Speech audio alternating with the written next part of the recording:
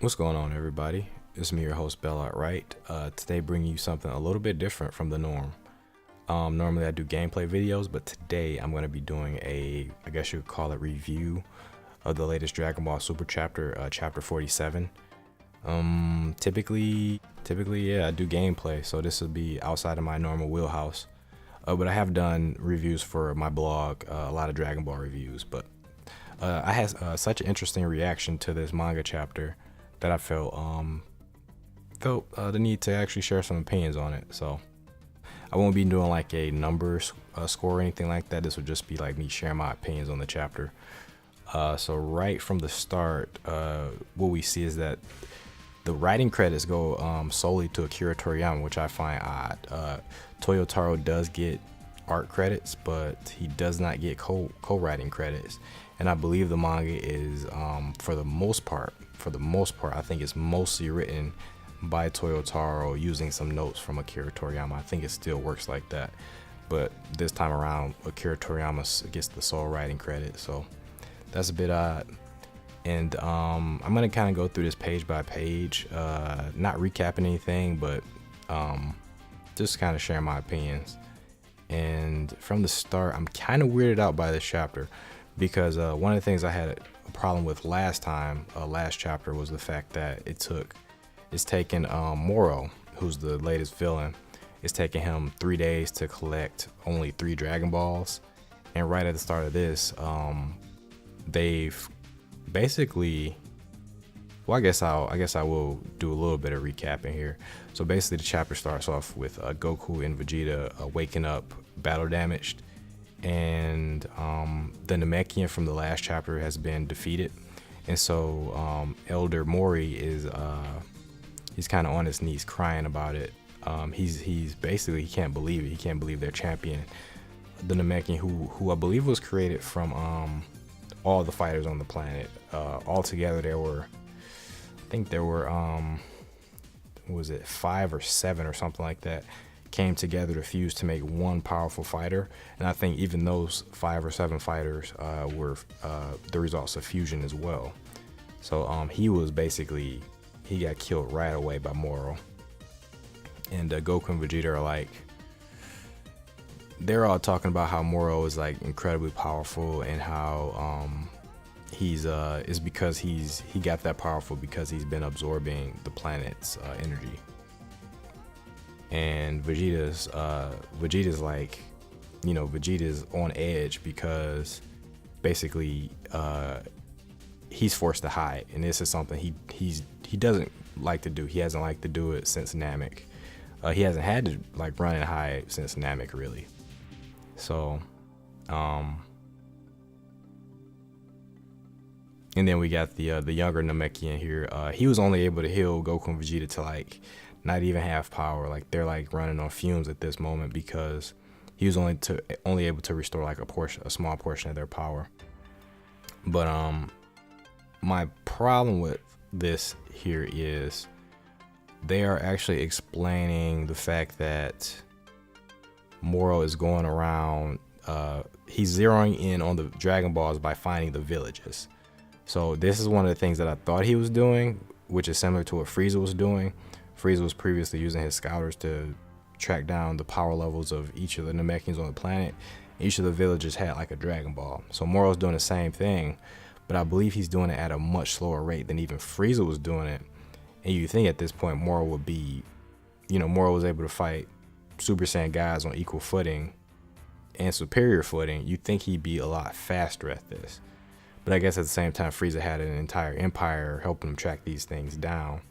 But, you think with a guy with magic and the ability to fly around the planet in like no time, you think he'd be able to track these Dragon Balls down a bit easier, especially if it's like they're saying, if the Dragon Balls are guarded by a village. So you just track each village down, find the Dragon Balls like that. But he's not doing that. So they're coming up with a plan to suppress their powers. And one thing, this thing really is what I had a problem with. Vegeta and Goku recommended, Goku specifically recommended that Moori send out a message to the other Namekians to let them know that they should leave. Like if they have Dragon Balls, if they're guarding Dragon Balls, they should leave those Dragon Balls so that they can't be tracked. Smart plan, but the thing is, Moori's had 3 days to concoct something like this, like something that simple, as to tell them to move away from the Dragon Balls or hide the Dragon Balls or something. And this appears to be his first time, because he uses telepathic communication to relay this message. This appears to be the first time he's actually doing this, and I have a huge problem with that. Like, this story arc has had some dumb stuff in it so far. Like, it has some really intriguing stuff to it, some stuff I really like. Even in this chapter later on, I'm going to tell you guys about some stuff I really like about this chapter. But it does some really simplistic, dumb stuff. Plot hole 101. Stuff like this. Him not even considering using his telepathy to warn other villages to get the heck out of Dodge because Moro's on the planet. So the 3 days thing just seems to be a very stupid line in there. Maybe it should have just been 1 day. Maybe it should have just been 3 hours. It would have been fine. But Moro's had 3 days, and it's only going to get worse. This 3 days thing is only going to get worse. So I'm going to go ahead to the next page, page 4. So here, Moro's basically decimated a village, and he's his little henchman, Cranberry, the Frieza soldier, is wondering where they stashed the Dragon Ball. So Cranberry finds the Dragon Ball, and well, Cranberry doesn't find Dragon Ball just yet, but Moro actually points out exactly where the Dragon Ball is. Moro like looks around for a little bit, and it's almost like he senses the Dragon Ball. So Cranberry goes where Moro points. Cranberry gets the Dragon Ball, and then Cranberry says something very particular that really kind of really irks me here. He says, he specifically says, wait, can you detect the Dragon Balls? And Moro doesn't really confirm or deny this, but we're led to believe that he can detect the Dragon Balls. So if he can detect the Dragon Balls, why hasn't it so far taken him 3 days to find just 3 of them? Well, now 4. He's taken him 3 days to find 4 of these Dragon Balls. As far as I know it, the current planet Namek isn't that big, and if it is, there aren't too many Namekians even still, and it's taking them this long to find those Dragon Balls.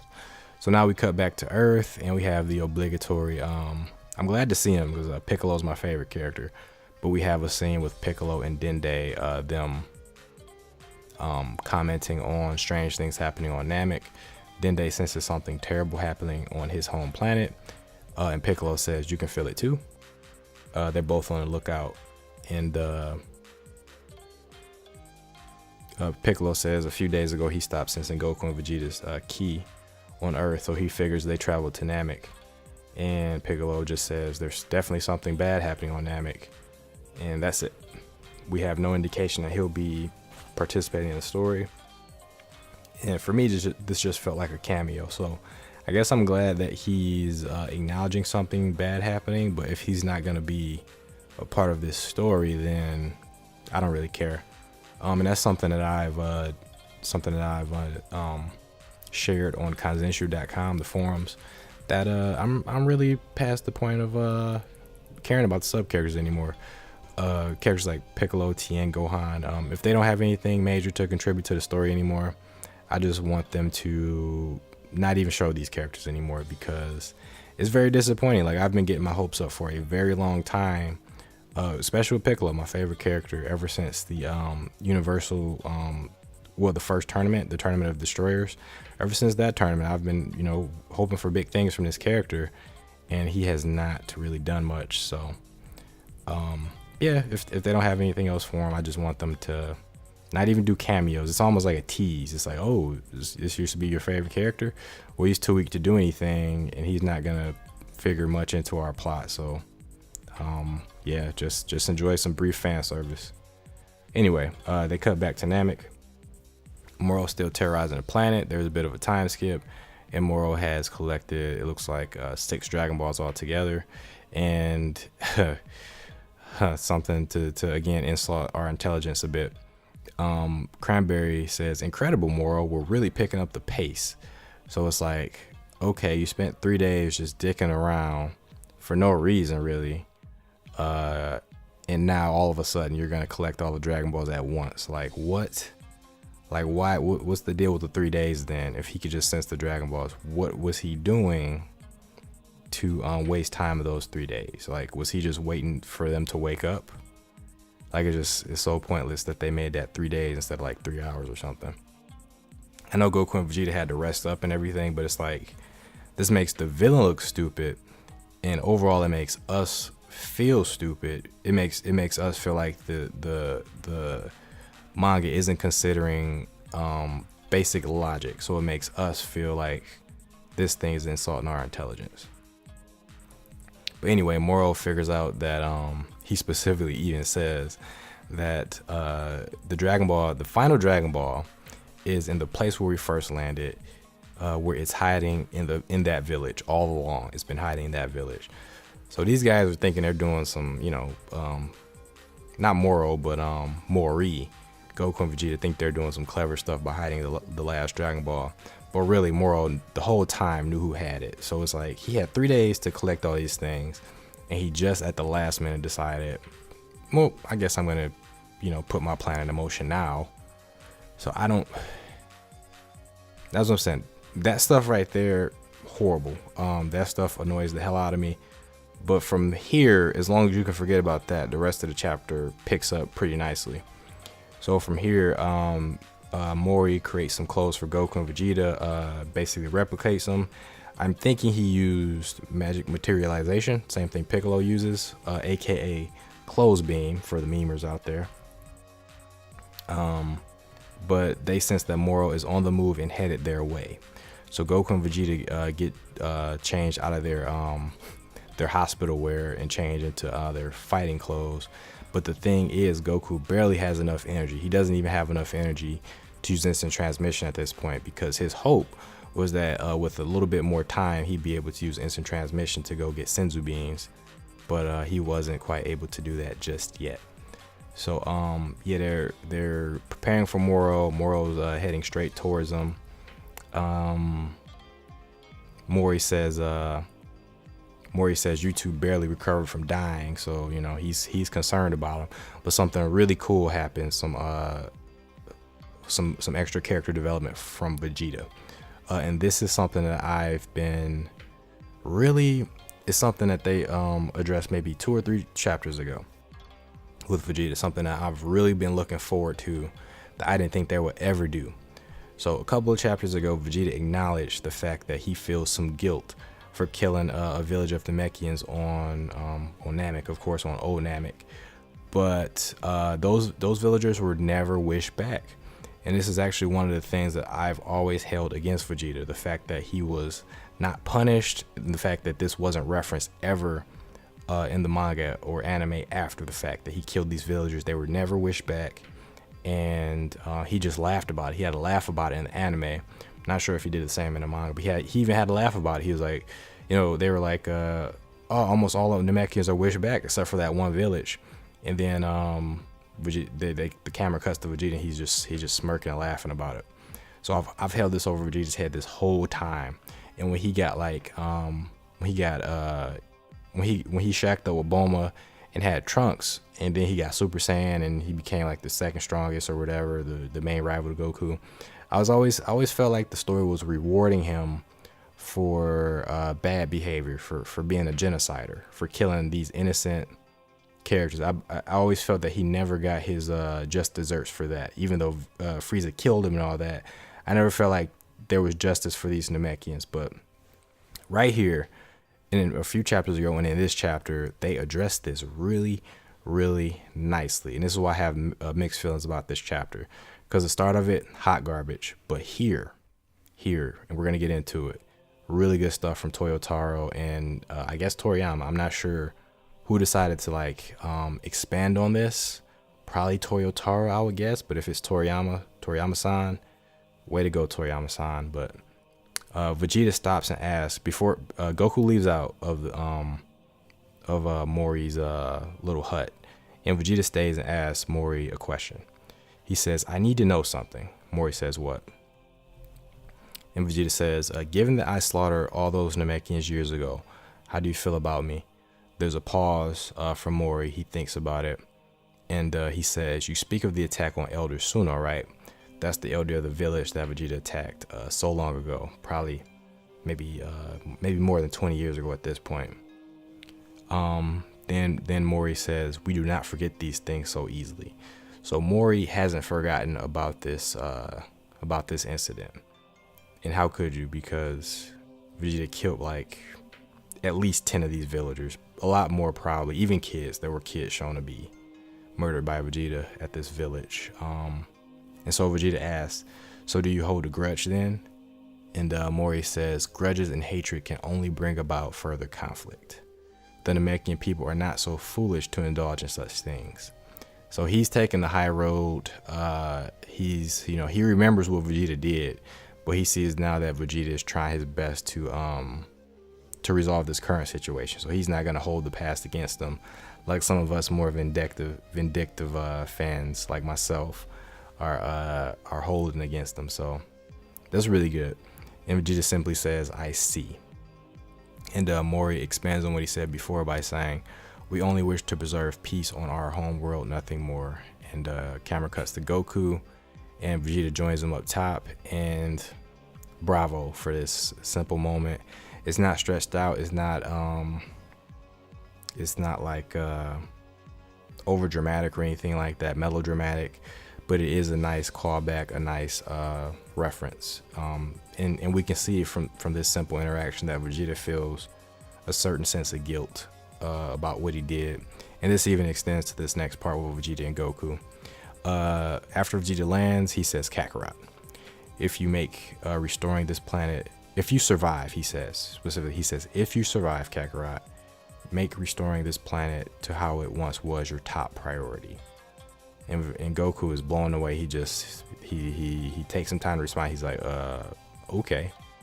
And it's kind of crazy. This makes me think that Vegeta is gonna sacrifice himself to protect these guys.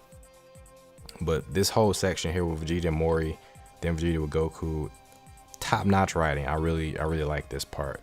And this is kind of what keeps me invested in Dragon Ball, stuff like this. Because stuff like the beginning of this chapter really makes me like, why am I still reading this stuff? This stuff is stupid.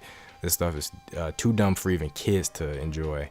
But then stuff like this makes me go like, this is why I like Dragon Ball. But anyway, continuing from there. Goku and Vegeta power up. Moro basically says, he promises that he's going to kill him this time. I don't know why he didn't kill him before, or why he waited 3 days to complete his plan. He could have did all this stuff while they were sleeping or whatever. But he pretty much says he won't suffer them any longer. He's tired of them. Blah, blah, blah, blah. Vegeta says he's caught onto our scent. They power up. They go rush at him in the spaceship. And Cranberry and Moro sees them coming. And Cranberry warns Moro about it. And they are actually intercepted by another spaceship, because they're about to have a head-on collision with Moro's ship, but another spaceship comes out of nowhere. And of course it is Merus. Many of you remember Merus from the beginning of the chapter, or the beginning of this arc, as the, you can call him like a Power Ranger, I guess, or a Tokusatsu hero. He shows up out of nowhere on top of his ship. He's pointing a gun at Moro's spaceship, and he takes a few shots at it. He blows up some of the parts of it. He's doing some action hero stuff. He takes out Moro's ship. Cranberry goes down with it, but Moro pops up and goes skyborne. And this part, my reaction to this part was kind of hilarious. I just was laughing at everything. Merus tells Enrico, his pilot, or Enrico, what is it? Enrico, his pilot, to go up. Enrico does. They swoosh up.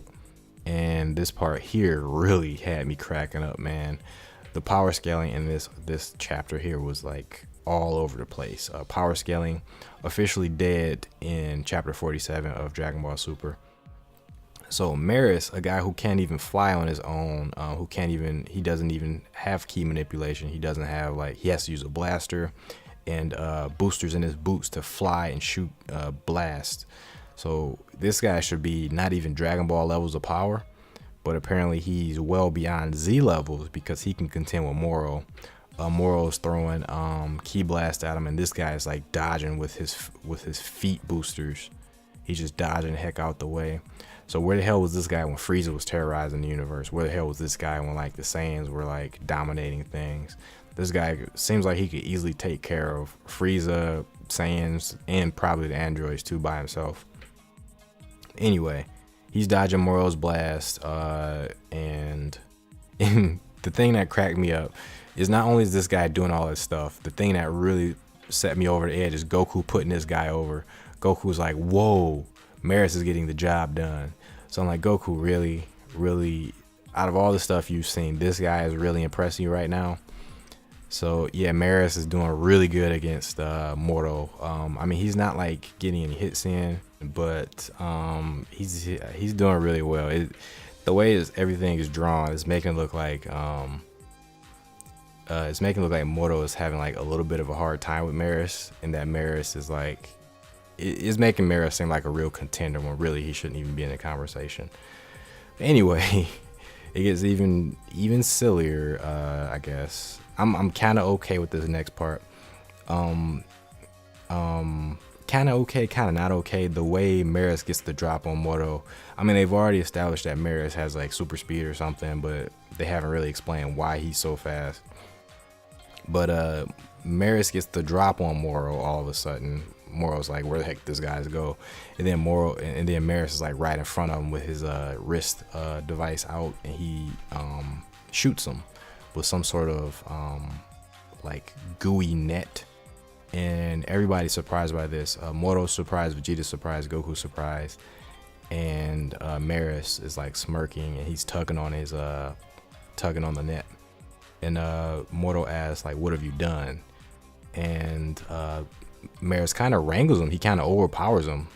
He has Moro in his net. He overpowers him to the ground, and this net must drain his power if Merus is able to just overpower this guy who overpowered two gods, two Saiyans, and Merus, basic guy in jet boots with pistols, is able to just wrangle him to the ground. It's kind of crazy. Power scaling RIP 2019. I mean, it seemed like they were trying to keep power scaling going for a long time until we got here, of all places. So, Merus explains that they developed the device just for pinning Moro down.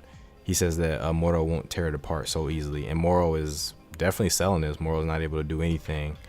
So I'm guessing it like maybe neutralizes his power or something like that. I don't know. Science, everybody, science. So Goku and Vegeta land.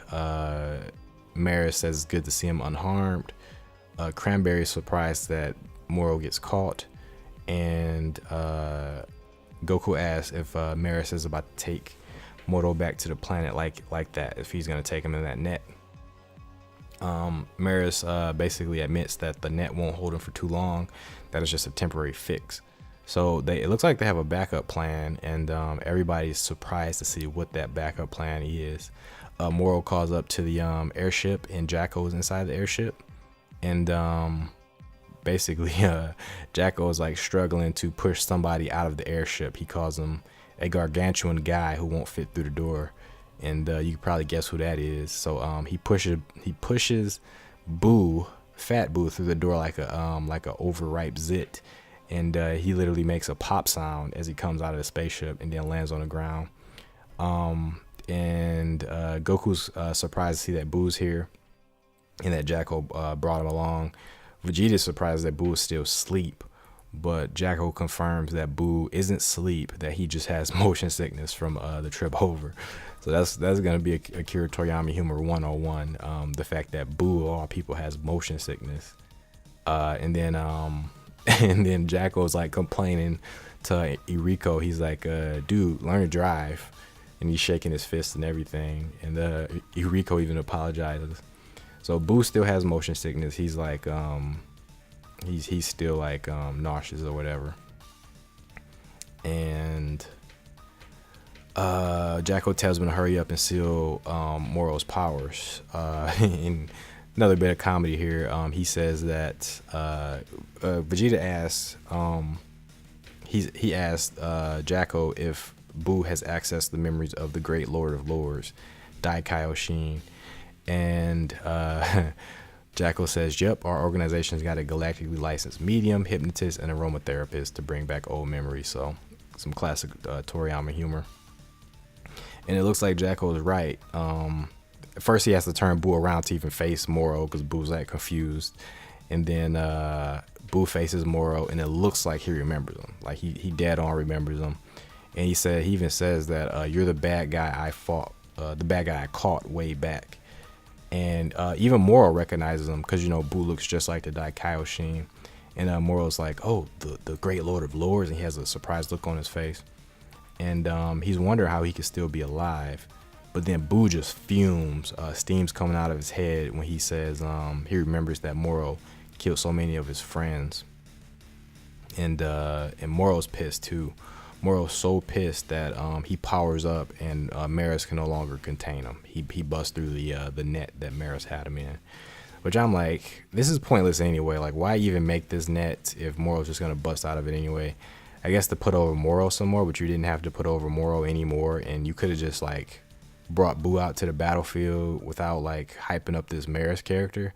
Unless Merus is gonna do something combat wise coming up in like an arc or something like that, or in this arc, or there's gonna be some like mention as to why he's so strong. I don't know why this Merus character is coming out of nowhere being so impressive physically, and yet it not making a drop of sense. So another negative to this chapter, but we're about to get into some more good stuff.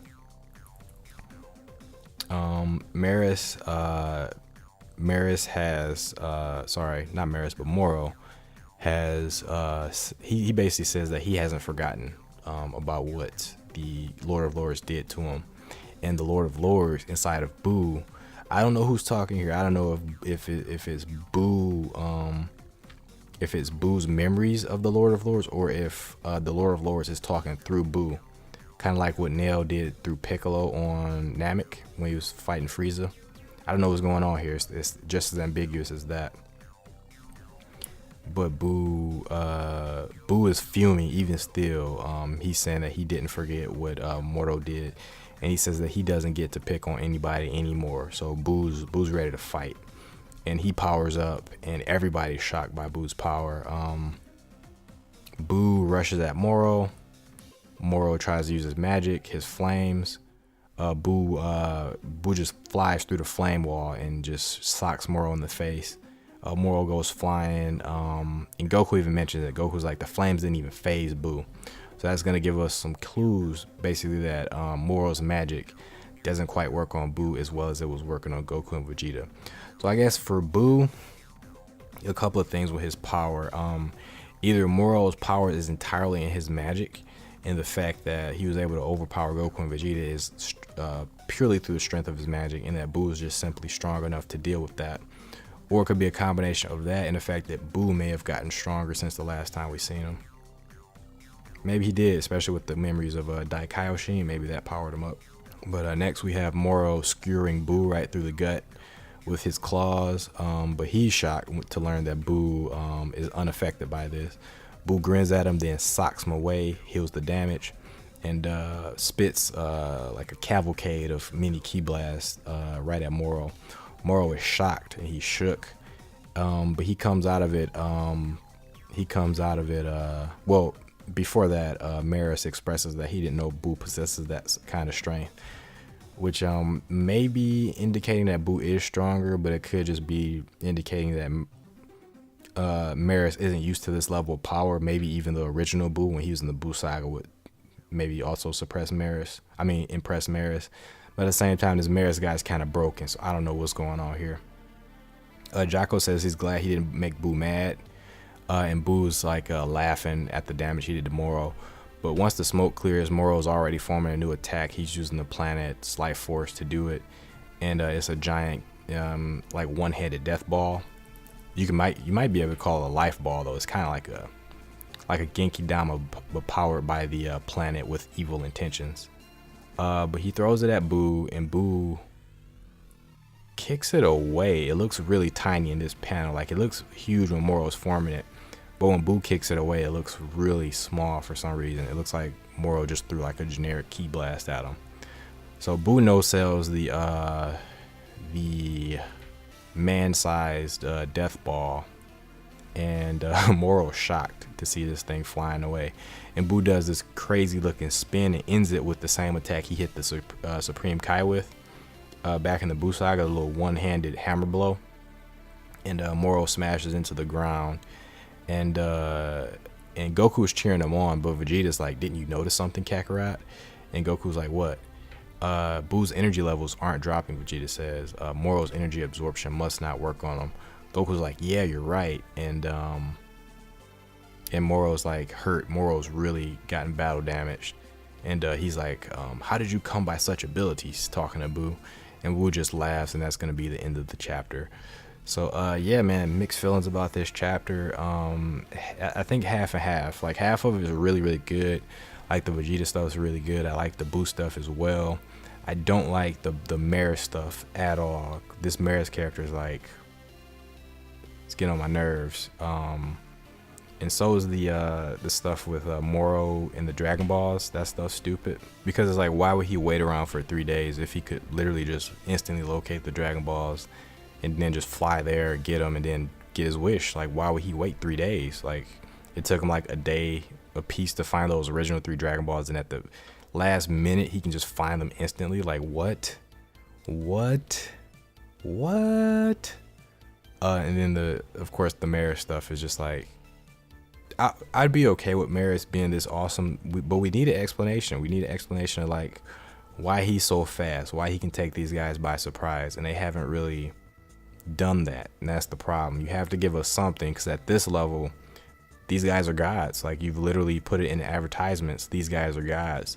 So when a mortal can come out of nowhere and like get the jump on these guys, you have to give an explanation. You can't just leave it vague or leave it in the air or not give us anything. You have to explain this stuff.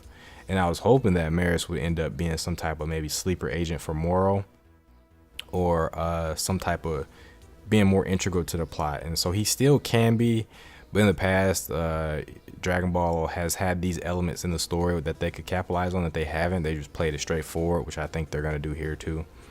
But yeah, that stuff is just really bad. But I think ultimately the good slightly outweighs the bad in this situation.